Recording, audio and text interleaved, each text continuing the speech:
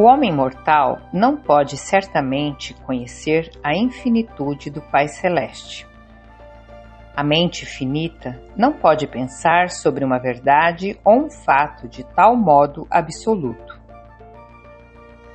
Todavia, esse mesmo ser humano finito pode de fato sentir, literalmente experimentar, o impacto pleno e não amortecido de um amor tão infinito quanto o do Pai.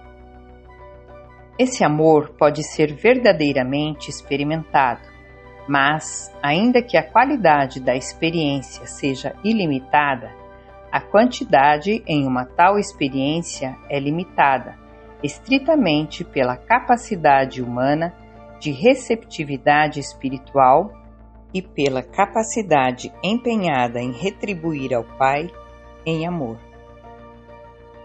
A apreciação finita de qualidades infinitas transcende em muito as capacidades logicamente limitadas da criatura, em vista do fato de o homem mortal ser feito à imagem de Deus, pois vive dentro dele um fragmento da infinitude. Por conseguinte, o acesso mais querido e de maior aproximação a Deus que o homem tem é o amor, e por intermédio do amor, pois Deus é amor. E tudo em uma relação assim tão única é um experimento factual da sociologia cósmica, a relação entre o Criador e a criatura, o afeto entre pai e filho. 5. A lei suprema do Pai. No seu contato com as criações pós-Avona, o Pai Universal não exerce o seu poder infinito, nem a sua autoridade final por transmissão direta, mas por intermédio dos seus filhos e das personalidades subordinadas a eles. E Deus faz tudo isso por sua livre vontade. Todos e quaisquer dos poderes delegados, caso surgisse a ocasião e se fosse da escolha da mente divina, poderiam ser exercidos diretamente, mas, via de regra, essa ação acontece apenas em consequência do fracasso da personalidade delegada ao tentar corresponder à confiança divina.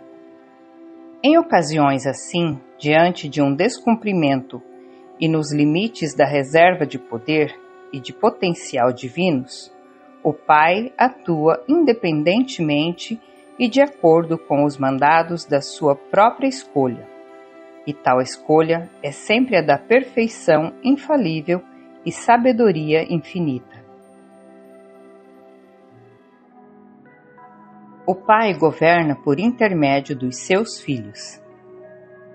Descendo na organização do universo, existe uma corrente ininterrupta de dirigentes que termina com os príncipes planetários, os quais dirigem os destinos das esferas evolucionárias dos vastos domínios do Pai. Não é uma expressão meramente poética a que exclama: do Senhor é a terra e a sua plenitude. Ele faz e destrona reis. Os Altíssimos governam nos reinos dos homens.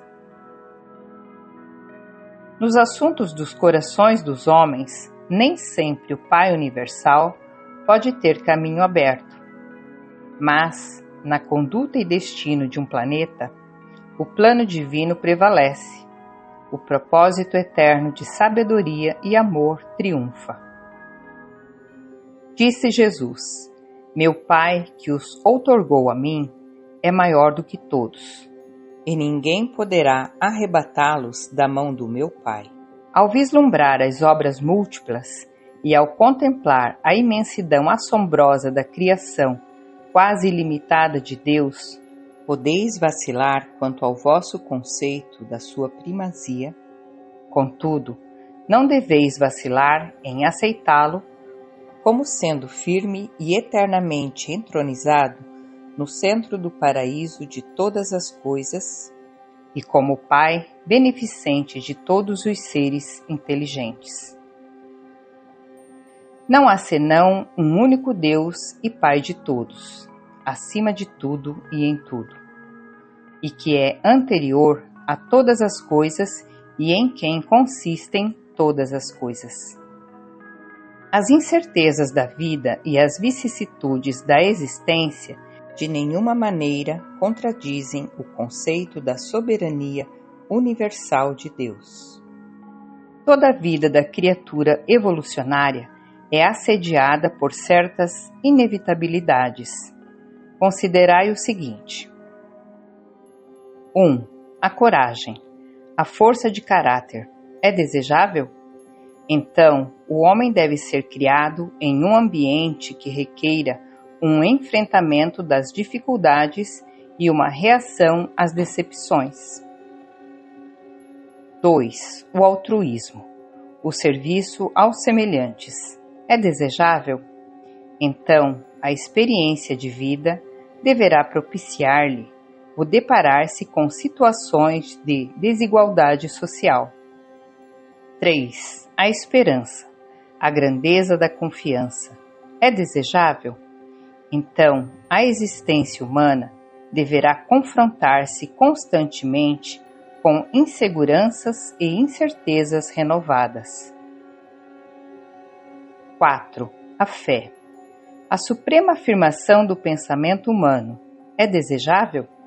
Então, a mente humana deverá ser colocada frente a grandes dificuldades, nas quais sempre sabe menos do que pode crer. 5. O amor à verdade e a disposição de ir até onde quer que esse amor conduza, são desejáveis?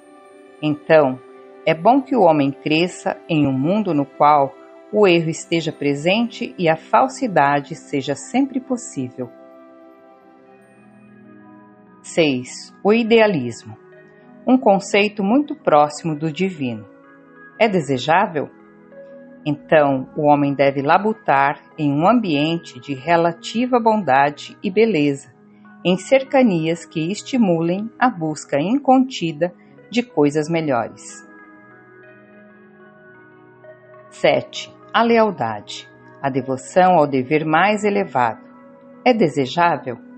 Então, o homem deverá continuar sempre em frente, apesar de rodeado de possibilidades de traição e deserção.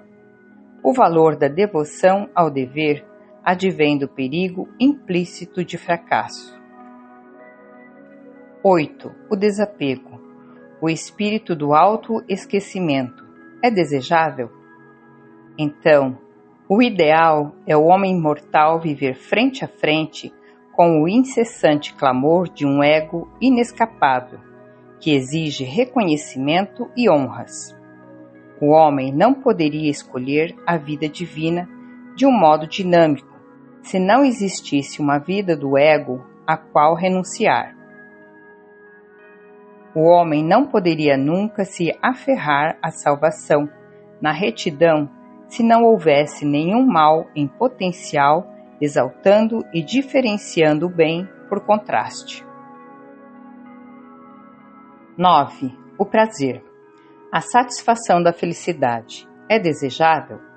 Então, o homem deverá viver em um mundo no qual a alternativa da dor e a probabilidade do sofrimento sejam possibilidades experimentáveis sempre presentes. Em todo o universo, cada unidade é considerada como uma parte do todo. A sobrevivência da parte depende da cooperação com o plano e o propósito do todo, o desejo de todo o coração e uma perfeita disposição para fazer a vontade divina do Pai. O único mundo evolucionário sem erro, sem a possibilidade de um juízo pouco sábio, seria um mundo sem inteligência livre. No universo de Avona, há 1 bilhão de mundos perfeitos, com os seus habitantes perfeitos. Mas o homem em evolução deve ser falível se houver de ser livre.